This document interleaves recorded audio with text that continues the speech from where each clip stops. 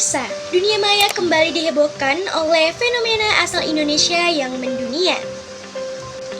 Seorang pemuda dari Kuantan, Sengingi, Riau bernama Ryan Arkandika viral setelah video dirinya mengikuti lomba pacu jalur yang menarik perhatian dunia. Tidak hanya itu, Ryan kini diundang ke berbagai acara bergengsi termasuk oleh Menteri Kebudayaan menerima beasiswa puluhan juta rupiah dan diangkat sebagai Duta Pariwisata Riau. Ia juga tampil dalam perayaan kemerdekaan Indonesia ke-80, membawa semangat pacu jalur ke panggung nasional dan menjadi simbol kebanggaan budaya Indonesia. Dari tradisi lokal kini menjadi simbol global. Tapi apa sebenarnya makna sosial di balik viralnya fenomena ini? Halo semuanya. Yang terhormat Bapak Syaifuddin serta teman-teman sekalian, izinkan saya memperkenalkan diri. Nama saya Fitri Fadila dari kelas B Pendidikan Sosiologi UNJ tahun 2025. Di video kali ini saya akan menganalisis fenomena aura farming secara ilmiah menggunakan perspektif ilmu sosial, khususnya teori globalisasi budaya dari John Tollimson dan perspektif Stuart Hall. Fenomena ini tidak hanya soal viral atau tren sesaat, tapi juga cermin bagaimana budaya lokal bisa bersuara di tengah arus globalisasi media. Aura farming bermula dari potongan video pacu jalur, perlombaan dayung tradisional khas masyarakat Riau. Dalam salah satu klip, Ryan terlihat sedang berjoget di atas perahu dengan ekspresi semangat dan penuh aura positif. Lalu video tersebut cepat menyebar di aplikasi TikTok dan Twitter hingga diberi julukan aura farming, istilah yang artinya memanen aura positif. Dalam waktu singkat, dunia ikut terpesona. Akun-akun luar negeri membuat remix, editan, bahkan menirukan gaya Ryan. Ia dianggap mewakili sesuatu yang tulus, natural, dan menyenangkan. A pure positive energy. Fenomena ini pun berubah. Dari sekedar video menjadi simbol. Masyarakat Indonesia merasa bangga karena budaya tradisional yang dulunya dianggap kuno, kini disorot dunia lewat cara yang sederhana tapi bermakna.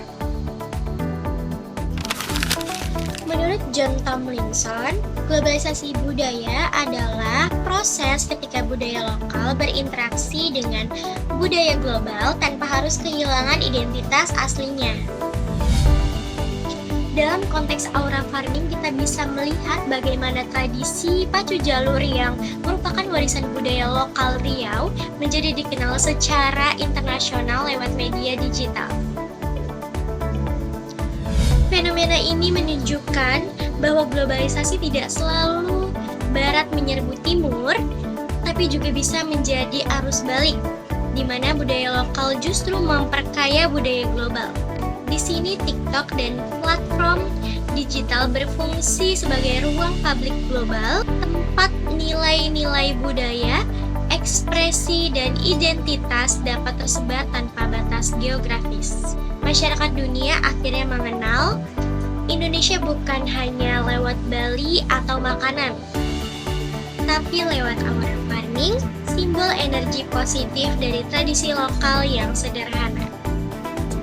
Lalu mengapa aura farming begitu menarik? Disinilah teori representasi dari Stuart Hall menjelaskan bahwa makna tidak hanya berasal dari realitas, tapi dari cara sesuatu ditampilkan dan dimaknai oleh masyarakat. Dalam representasi publik, Ryan tidak sekedar pemuda Riau yang ikut lomba dayung. Ia menjadi simbol karakter Indonesia, kerja keras, tulus, dan penuh semangat. Publik memaknai auranya sebagai representasi kehangatan dan ketulusan khas orang Indonesia. Bahkan banyak yang menyebutnya aura Nusantara yang positif.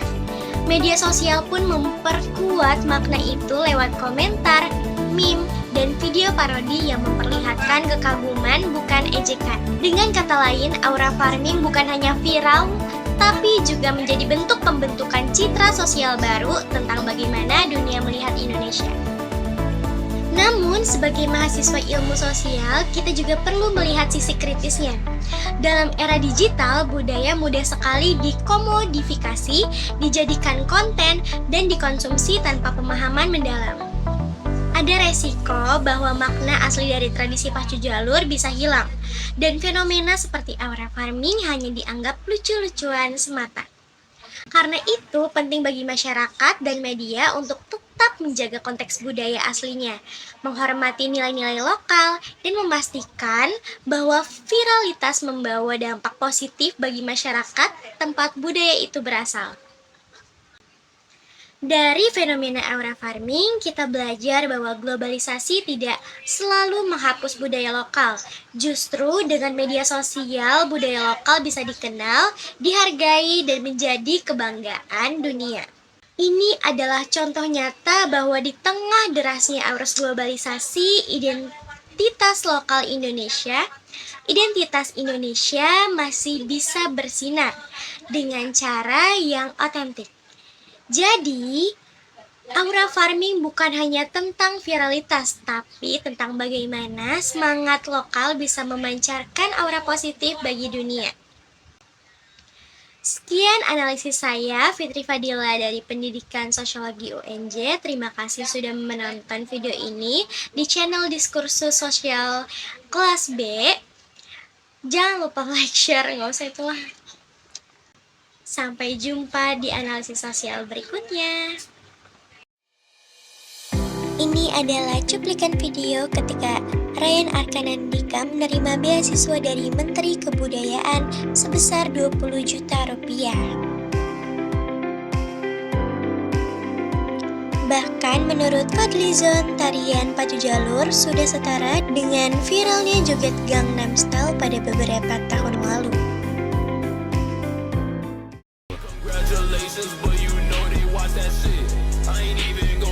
Dari Kabupaten Kuantang Singingi di pelosok Sumatera, tarian pacu jalur milik Dika mendunia dan dikenal sebagai aura farming. Klub sepak bola PSG dan AC Milan menyita perhatian para pecinta sepak bola dengan ikutan memposting potongan video aura farming.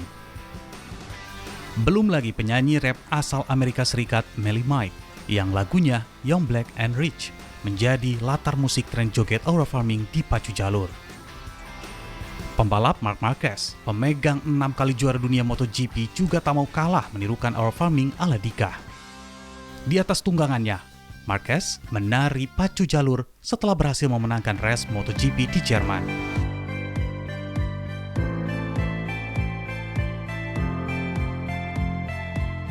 Ini adalah cuplikan video ketika Ryan diundang oleh Gubernur Riau dan diangkat sebagai Duta Pariwisata Riau.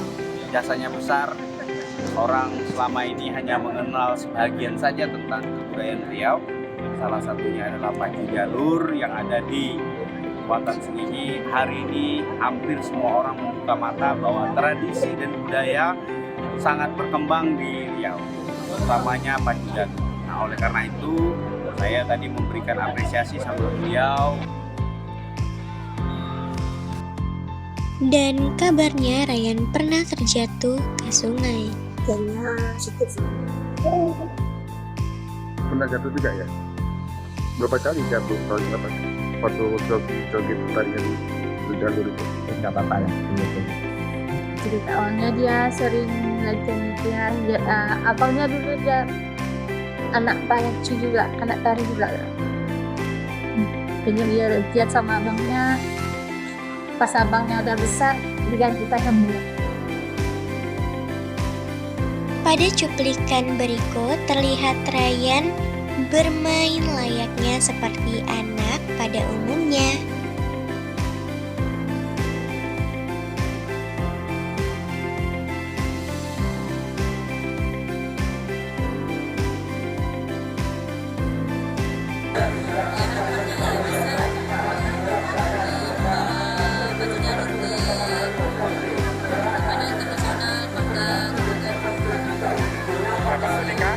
Harapan pernikahan?